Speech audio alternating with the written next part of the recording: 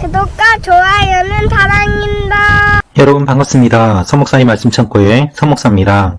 오늘도 시청해 주셔서 감사합니다. 오늘은 누가복음 19장 28절에서 40절 말씀입니다.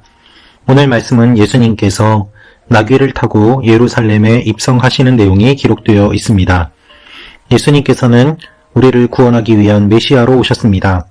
그런데 초라한 나귀를 타고 입성하십니다.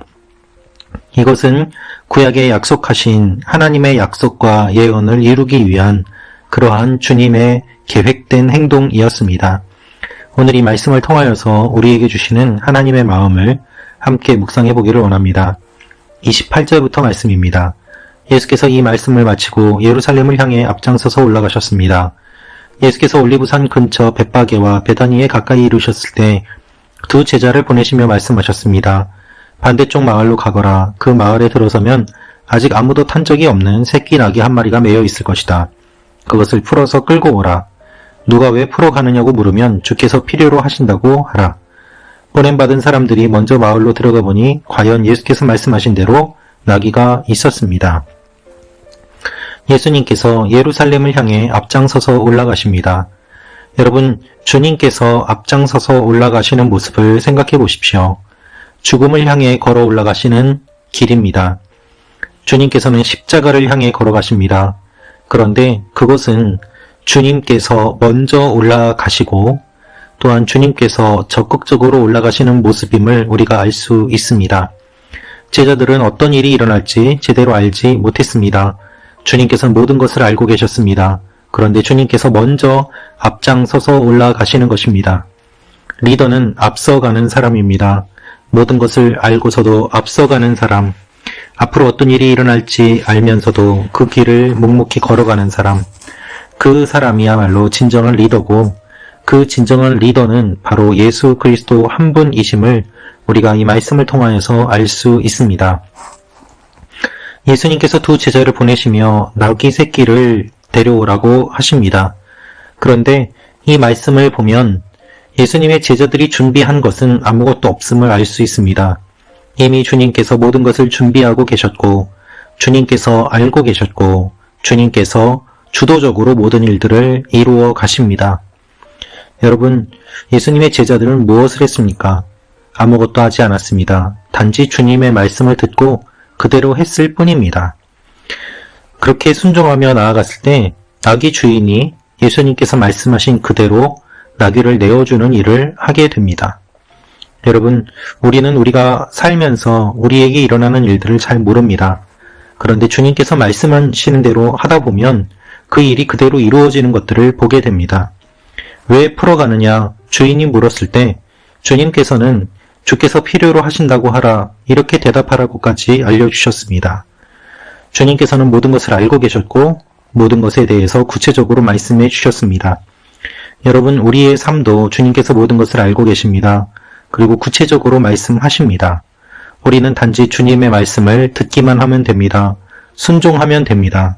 그러면 새로운 일들이 일어나게 됩니다.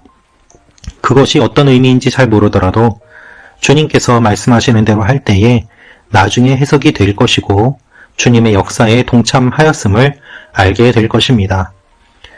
예수님께서 나귀를 타십니다. 나귀를 타시고 예루살렘에 입성하실 때 사람들의 반응은 어떠하였을까요? 36절부터 말씀입니다. 사람들은 예수께서 가시는 길 위에 자기들의 겉옷을 깔아드렸습니다. 예수께서 올리브산의 내리막길에 가까이 이르시자 온 무리의 제자들이 기뻐하며 자기들이 본 모든 기적에 대해 큰 소리로 하나님을 찬양하기 시작했습니다.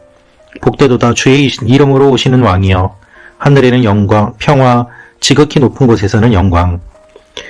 온 무리의 제자들은 자기들이 본 기적에 대해서 하나님을 찬양하였습니다. 예수님께서 보여주신 기적을 보고 하나님을 찬양했던 것입니다. 이들은 예수님을 보고 있지만 예수님을 보고 있는 것이 아니었습니다. 예수님이 일으키시는 기적을 보았습니다.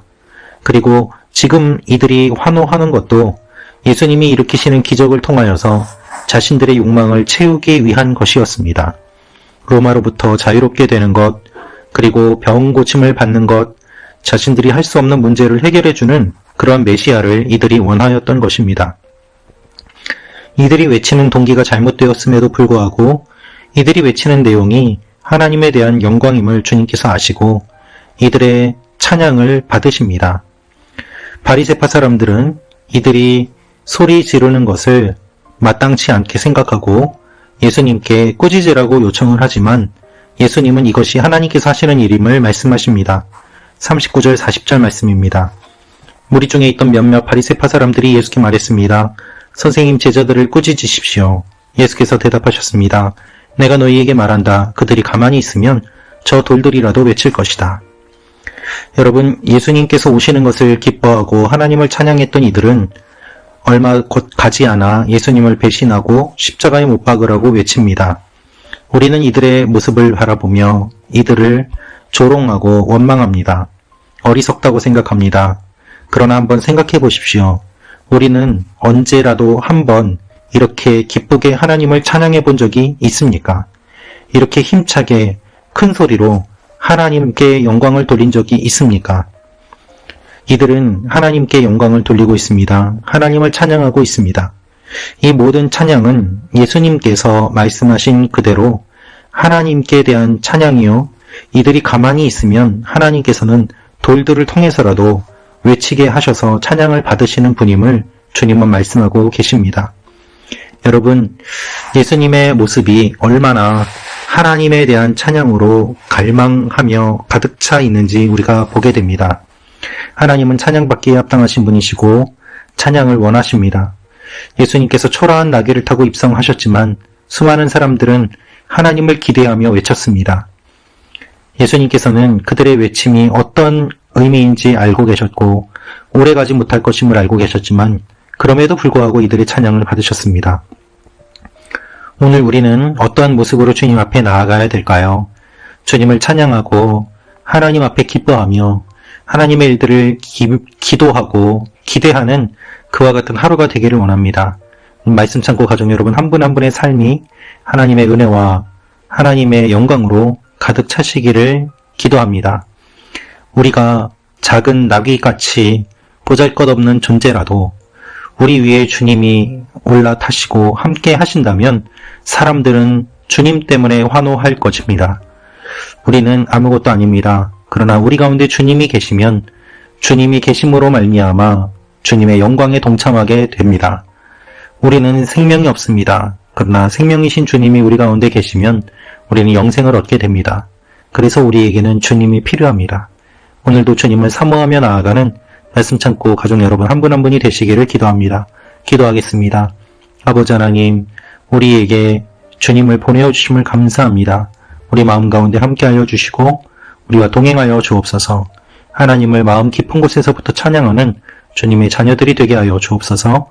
예수님의 이름으로 기도합니다. 아멘.